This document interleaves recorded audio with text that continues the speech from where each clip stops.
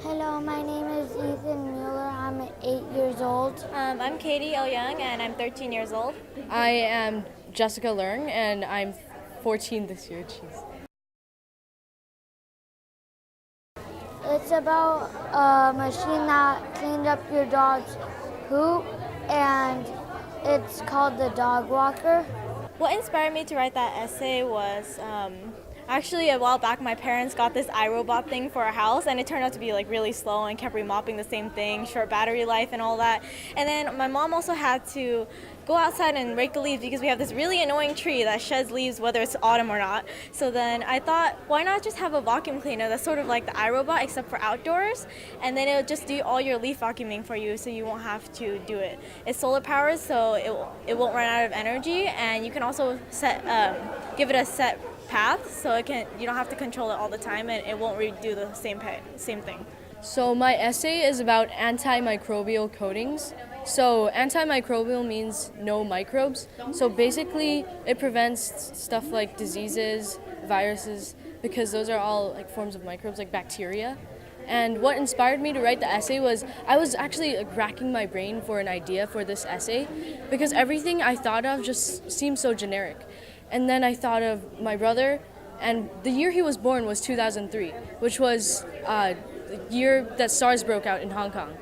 And that year, thousands of people died in half a year, actually, not just 1 year, just half a year, that like 8,000 people died. And so I was thinking, what if we could prevent it? Because preventing pandemics is way less costlier and better than waiting for it to happen and then suppressing it, right? So I was like, wait, how do we prevent this? Because vaccines obviously are not working anymore. So what are they? Microbes, and so antimicrobial coatings. And they already exist, but they're not perfected, so I just wanted to raise awareness about it and have people perfect it, or maybe even I can do that when I grow up.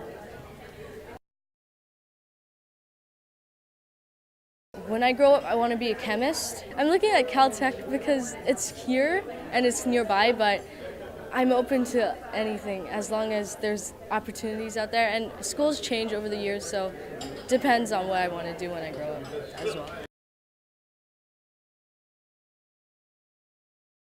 I think it's a really good way to inspire kids and get them started with all their creativity at a young age.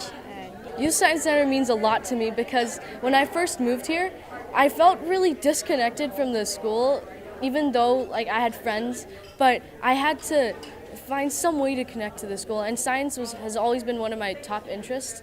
And every day after school, I would go and bug the people at the Youth Science Center classroom every single day just to look at the reptiles and all the cool experiments they have. And so it soon became a hobby or a tradition with my brother. We went there every single day after school and spent hours there.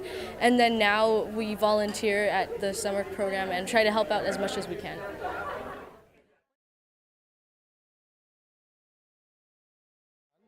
Yes, we started in Fullerton in 1962. That was before I got involved with the Science Center. At that time, it was done totally by volunteers. But after a while, we realized that teachers need to get paid.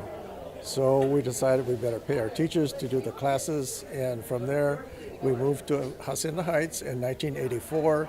We have a large summer program, and we have an after-school program doing STEM activities. And right now we're trying to expand the program, but we need to hire more teachers to get involved with our classes. And eventually, we'd like to have our own facility. Right now we are operating in a public school. And so if we could have our own Science Center building, that would be terrific. Well, we're a nonprofit, and we have inspired many kids to go through our program and go into a STEM-related occupation. Of that, we're quite proud.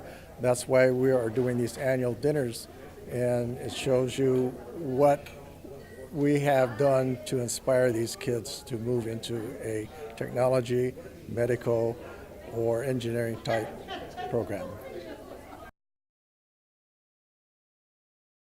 When we first started robotics 15 some years ago, we started with an iMac, and it was a very simple program. The kids designed a dinosaur, and they got it to walk to make circles, and that was great.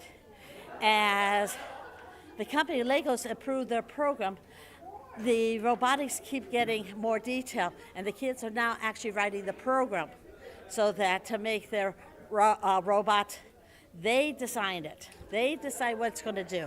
And their greatest thing they love to do is robotic wars.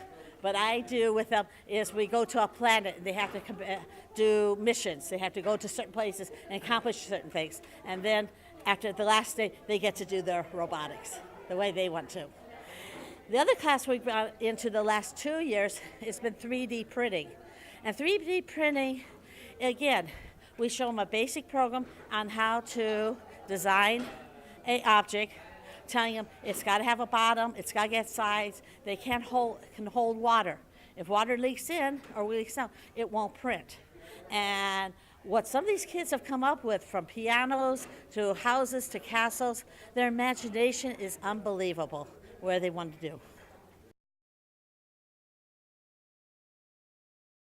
Hands-on. The more they can touch, feel, use imagination, and create something of their own that they can hold, that they've done, it keeps them interested in science. So like our rocketry class, they can build that rocket, they can actually see it take off. With the robots, they get to build the robots. 3D printing, what they print, they get to keep. We don't keep it. It's theirs, and they get to take it home at the end of the week. It's hands-on.